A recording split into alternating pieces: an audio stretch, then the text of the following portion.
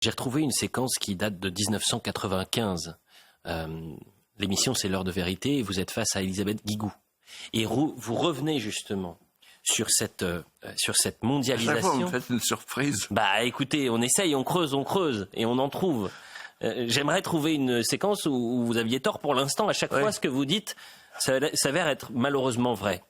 Donc on est en 95, vous êtes face à Elisabeth Guigou et vous lui présentez 2 chaussures, symbolisant justement cette mondialisation et la fin de cette industrie française qui souffre de la mondialisation et de l'Europe passoire. Regardez, puisque vous présentez 2 chaussures. Tenez, regardez. Oui.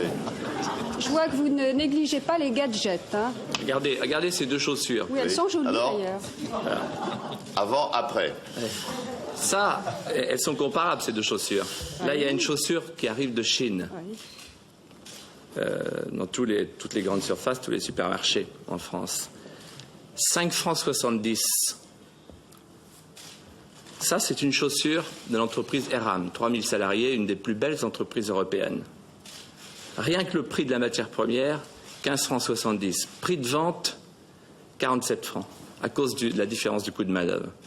Alors, il y a 2 solutions. Ou bien, on fait l'Europe passoire, c'est-à-dire l'Europe actuelle. On continue. Pas une passoire, et à ce moment-là, comment voulez-vous que la chaussure Eram puisse lutter, bien qu'elle soit très performante, contre la chaussure de Chine, elle-même fabriquée par des femmes déportées dans un camp de travail à Shanghai? Comment accepte-t-on qu'il y ait des populations laborieuses qui soient exploitées et qui viennent faire concurrence à nos entreprises, une concurrence structurelle? Il ne s'agit pas de dumping.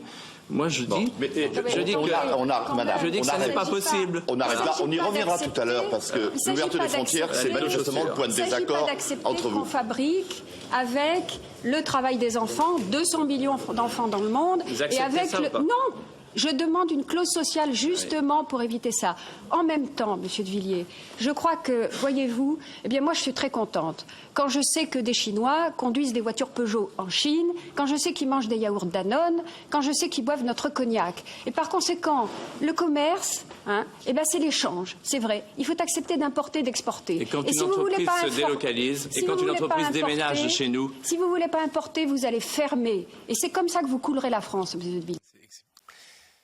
Elisabeth Guigou, face à vous. Vous savez qu'à l'époque, Balladur, etc., ils expliquaient la chose suivante. Il y a le secteur primaire, l'agriculture. Il y a le secteur secondaire, les usines, l'industrie. Et il y a le secteur tertiaire, quaternaire, les services. Et alors ils disaient, bon, on va perdre notre secteur primaire, on va perdre notre secteur secondaire, l'industrie, l'agriculture, mais on va se rattraper sur le tertiaire et sur le quaternaire. Et alors, moi, il y avait un André de service qui me disait, mon copain, mon voisin, qui disait, mais quand c'est que l'usine va fermer, mais le café à côté va fermer aussi. Alors, l'usine, c'est du secondaire que tu dis, et puis le café, c'est du tertiaire. Mais quand c'est que l'industrie s'en va, les services s'en vont aussi. Voilà, et c'est ce qui nous est arrivé. Et pourquoi cette parenthèse historique? Parce que Romans-sur-Isère était historiquement la capitale, justement, de l'industrie. Pardon, hier, j'ai vu, avec Pascal Praud, Aquilino Morel. Oui. Qui est venu présenter son livre. Conseiller spécial de François Hollande. C'est extraordinaire, conseiller de Mitterrand, conseiller de Hollande, de Jospin, et il dit exactement ce que je viens de vous dire là. Il dit tout a commencé en 1983, quand François Mitterrand s'est débarrassé des ouvriers, s'est débarrassé des usines au nom d'un capitalisme sans entrailles. Il n'y a que les socialistes pour inventer ça.